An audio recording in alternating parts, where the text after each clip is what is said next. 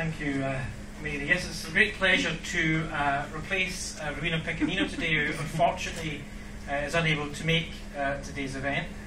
And on behalf of Rowena and on behalf of the faculty, given that it is a collaborative endeavour, I would like to begin by thanking staff in the library, thanking the librarian, Carol Macaulay, for pioneering the event, Deputy Librarian Helen Fallon, who was initially behind the campaign for this year, and of course Senior Librarian Mary Antonezza, who ably took over from Helen and has brought the event to fruition.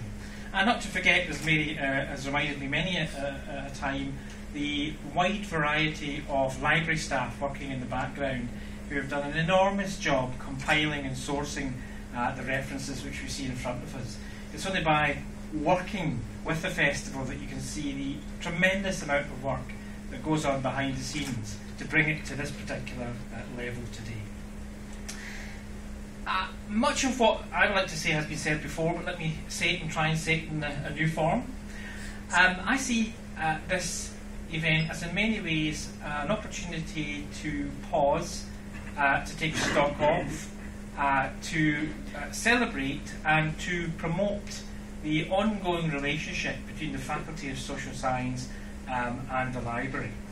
Principally, obviously, in the field of research, as we have prioritised throughout the week, but also in terms of how the relationship undergirds our teaching and learning programmes. Obviously, first and foremost in this relationship is the catalogues and the archives and the wide variety of reference materials and research materials which the library makes available to the research and student community. I think we're particularly blessed to have such a wide variety of print material in both John Paul II Library, but also the adjoining Russell Library. But as has been said by some of the earlier speakers, it is really obvious by looking around the room that not only is print output important in the library, but increasingly electronic resources, whether they be in the form of e-thesis, e-books, e-journals, e-prints and so on, are becoming an ever more ubiquitous source of material. Indeed, in many ways, publications have never been more accessible or widely distributed as they have been today. And I think we in Maynooth benefit enormously from being a constituent member of the Irish Research e-learning initiative and national initiatives, which gives us truly world-class access to research resources, journals, books and so on. I've certainly personally benefited enormously from accessing that particular facility. On that matter, I'd like to draw attention to the number of e-books that are available this week. There are not only books presented in print form, but there are a whole variety of texts, not just journal articles, books now available in e-format, perhaps through the library's own Kindles, able to be viewed. And particularly draw attention to one colleague as an example, Dr. Ronan Foley, whose book Healing Waters, which studies therapeutic landscapes in Ireland, past and present, is now available both in print form and also as an electronic resource. A wonderful innovation. One of the downfalls or downsides, of course, of a ubiquitous amount of information is the risk of technological and information overload and the blurring of the boundaries between information, which is everywhere, and knowledge, which is an increasingly scarcer commodity. I'm glad to say that one of the core aspects of the faculty's relationship with the library is to make materials available in a legible form, and an appropriate form to the student body, and to help skill the student body so they can navigate through that vast information field to find what is particularly appropriate and the nuggets of knowledge that we're trying especially to get them to discover and to engage with.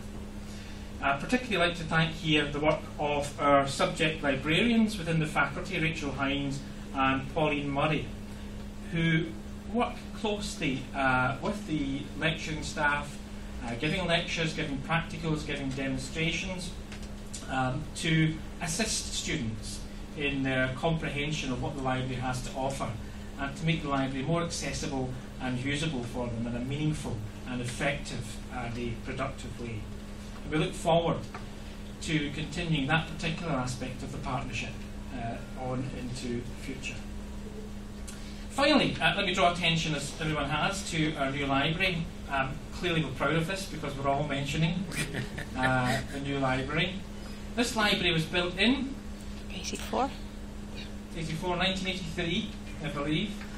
And as you can see, the requirements of a library in 1983 have been eclipsed by the needs of the campus community into the 21st century. One example is the number of plugs in the library. There is only a limited number of 4-point extensions you can put onto other 4-point extensions, other 4-point extensions, or eventually setting the library on fire.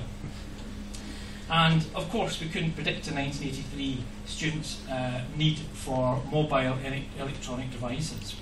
Perhaps nor could we have anticipated students' needs for collaborative learning spaces neither. And the new library will deliver on these kinds of issues and more. We hope it becomes the central hub for the university, a geographical anchor that unites the north and the south campus, a social and intellectual hub for the campus, and a facility which gives absolute cutting-edge resources and makes them available in a cutting-edge form to a campus population who's looking for a 21st century educational experience.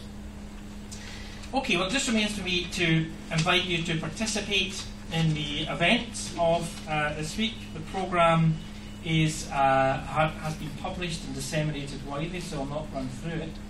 Suffice to say that probably running spine of the week will be these publications, which will be on display, and I'm sure browsing and repeat browsing will pay dividends between now and Friday, when I think the display is taken down.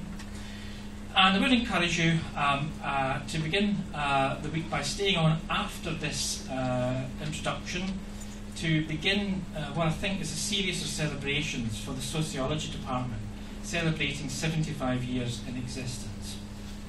And we begin today with a guest lecture from Linda Conley from University College Cork. You're very welcome, Linda.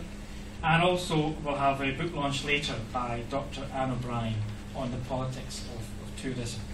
So please do stay around and begin the week as you mean to continue. And we do ask you and invite you to be a participant and collaborate with the initiative in the next 4 days. So there's much to look forward in 2012. This festival is an exciting opportunity to celebrate the past and to look forward to building and fortifying and cementing stronger and new relationships between the Faculty of Social Science and the library staff into the new building, into the forthcoming year. And I want to not be outdone by the Queen of England, so you will forgive me if I finish by saying thank you. And Guramil Agui. Thank you.